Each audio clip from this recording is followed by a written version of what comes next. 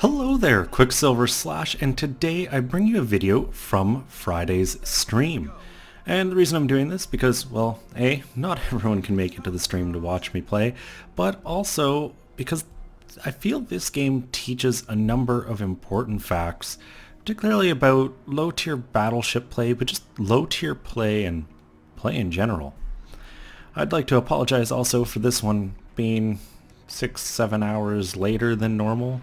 It is actually my birthday today, so birthday things all weekend and such, just not as much time to spend sitting in front of a computer. I should still manage to get one put up tonight because last night is when I did everything, so tonight's going to be a more relaxed day. Probably just work on my car or something that I enjoy. So I'm in the Texas Tier 5 in a mostly Tier 4 game, or even split. And when you find these, particularly in battleships, you are a very large portion of your team. And I say that more from a hit point standpoint. You know, it takes 2 to 3 cruisers to make up kind of equal number of hit points that you carry into the game, depending how well you use that repair party. Which means you have the staying power.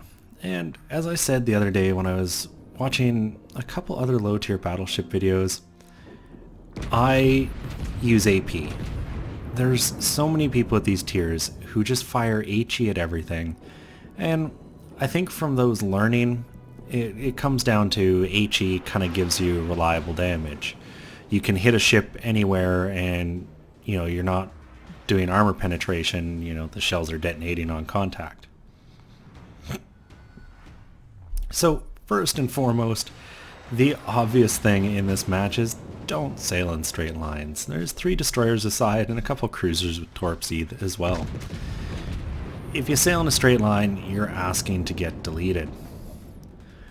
And sadly, that is something that I won't be doing to this Emerald for quite some time. He manages to duck a number of shots. My aim is off on a couple others, and I just can't seem to finish him off. The other thing I'll talk about is on this map, particularly in domination mode, where you start off split up, you have to respect both sides. I've seen sometimes teams completely abandon one side, all push up to say the north, and then never go into A. You've got to do that. I'm also not too sure why one of our guys sank, or at least I wasn't at the time. Became a lot more obvious seeing chat now. Looks like he went back and tried to torpedo the carrier, and because he's purple and he's done so much team damage in the past, it all just damaged him, so he killed himself. So I didn't really notice at that time. I wasn't really paying attention, but in a way things are balanced because the enemy Phoenix is AFK. So both our teams have an idiot who either decided to try to kill their teammates or, you know, didn't show up for the match. And it's kind of funny to look at chat now, going back, and you can see that our destroyer who is trying to team kill,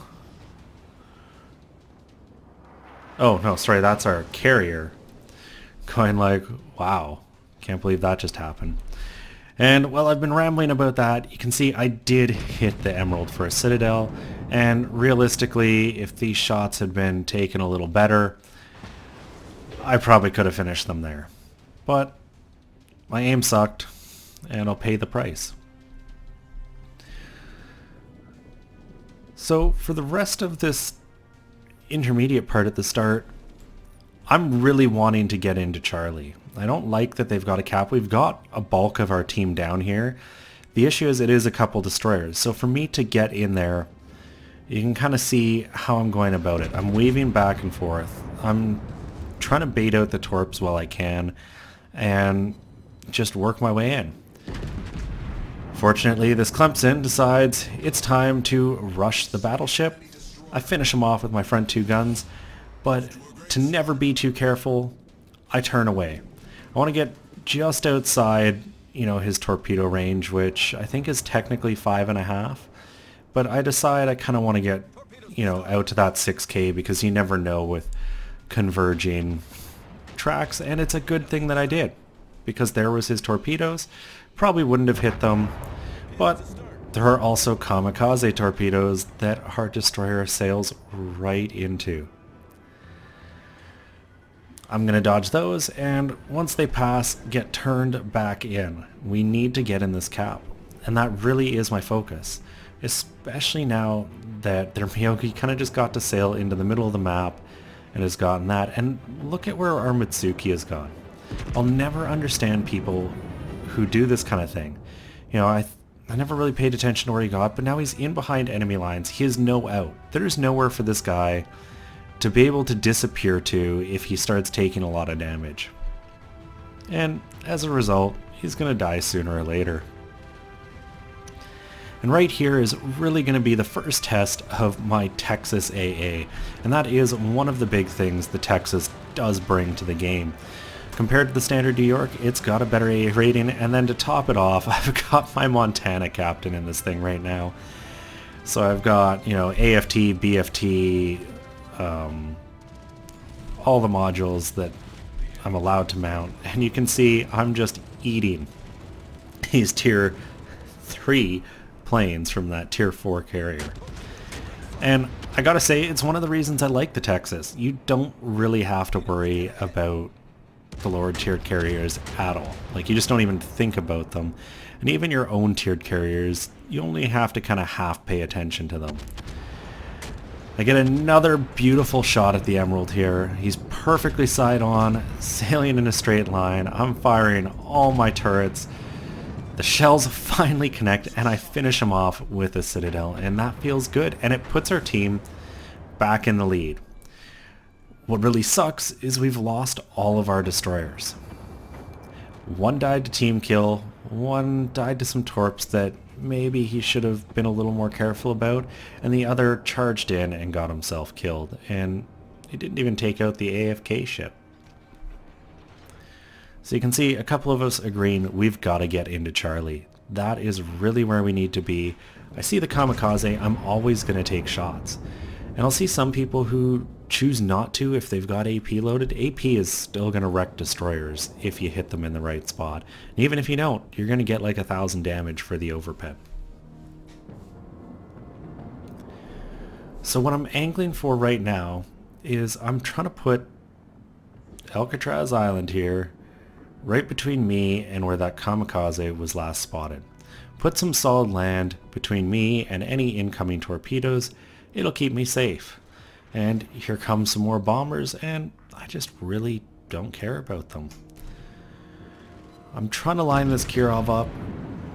I get a decent volley off. That's a pretty good angle to be shooting at him, but the rounds don't really do too much. A pair of overpens for just over 2,000 damage. We are finally capping this, and there's those torpedoes I was worried about. Our Wyoming's sailing straight into them as the enemy carrier also drops. That Wyoming is in a world of hurt and finally gets taken out, and our Emerald gets hurt pretty badly there as well. So now things, well, they're even. Both teams have 4 kills apiece, but the enemy team is 250 points ahead, and it comes down to caps. We still haven't managed to get into this north cap. This Kirov could pretty easily get in there. I get that there's a lot of the enemy team up there, but he's sailing past the cap rather than into it. So having captured Charlie, my next priority has to be getting into Bravo. I can pretty much write off this Kirov because he's charging out ahead of any support. He's going to get himself killed. And our Wyoming is fairly alone up there, but it is a battleship, so it has the chance to tank some damage. Their carrier gets spotted, and that is going to lure off a couple of our cruisers as that Emerald gets finished off. Meanwhile, I'm just trying to get to the cap. And here comes really the next big lesson, and this can be both for battleship and cruiser. He's 10k out, my guns are loaded. But he is perfectly bow in. That is not a terrific shot. Now I really do feel at some point here he is going to turn. So I just kind of keep looking about and I'm waiting to be patient. He's showing me a bit aside, but you can see he is turning back in. So I'm going to wait. Now all my guns are loaded. The one that I had fired has shells again. And there is the turn. He turns bow in to our Phoenix, giving me his full broadside, and I take him out in one shot.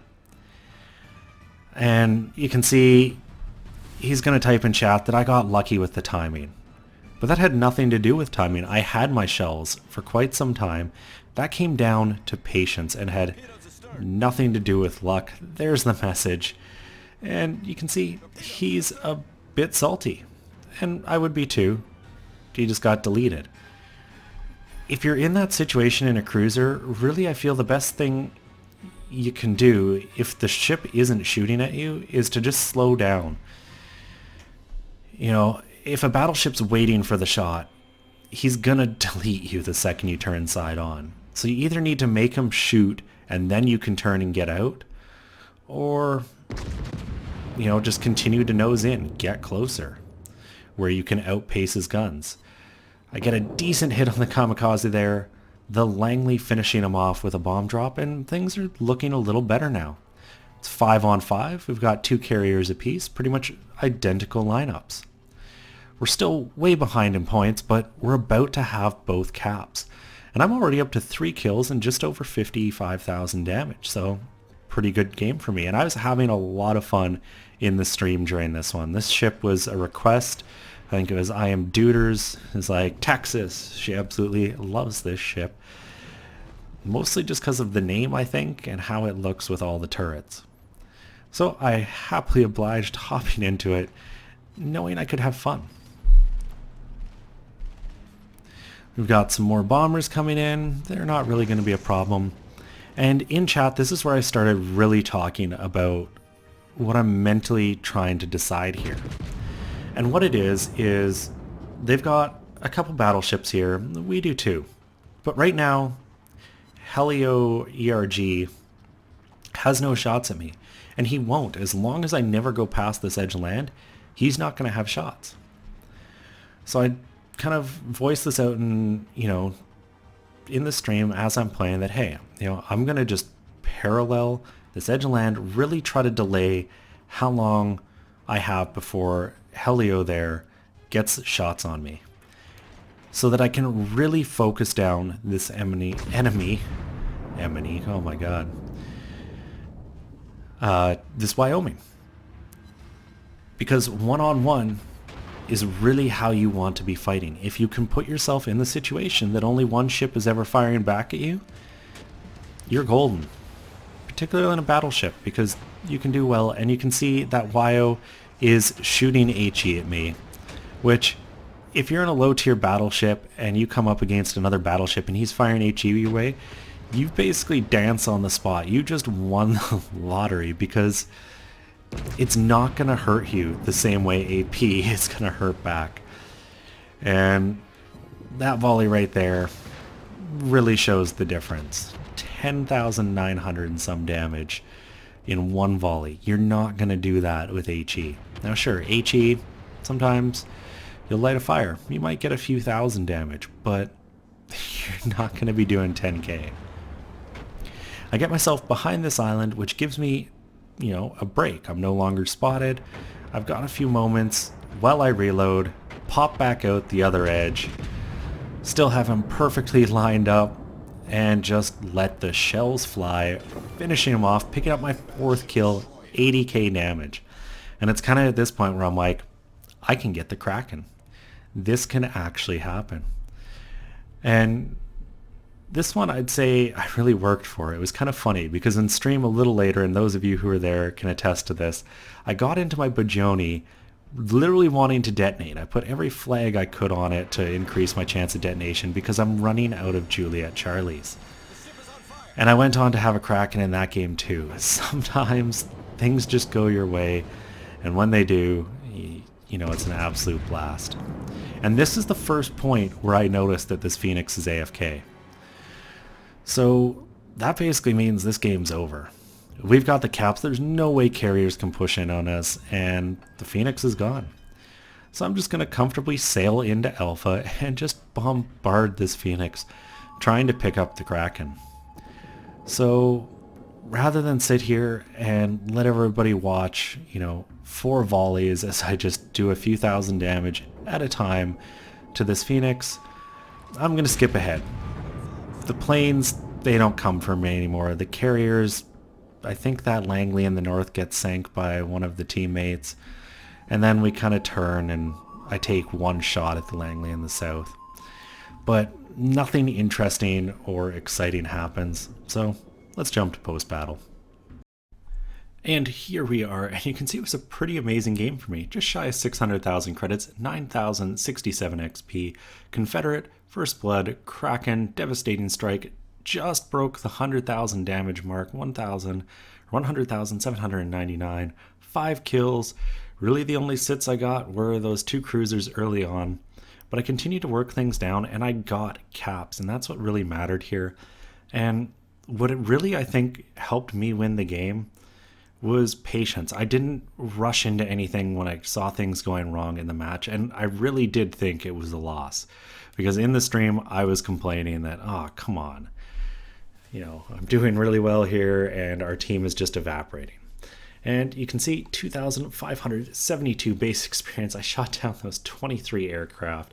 Pretty much just immune from aircraft in this thing if you've got the right build. And it's one of the things that makes it a fun ship to drive, because all the other low tier battleships are basically sitting targets for carriers. And when you look at the damage, it is pretty evenly distributed. 25,000, 25,000, 15. There's no real super low damage targets other than that Nicholas I finished off when he tried to rush me. And the reason I got that Nicholas so easily, he wasn't weaving. He just kind of came sailing straight out, side on, trying to launch his torps. If you are going to charge a battleship, make sure you've got your rudder going back and forth. Wiggle that booty.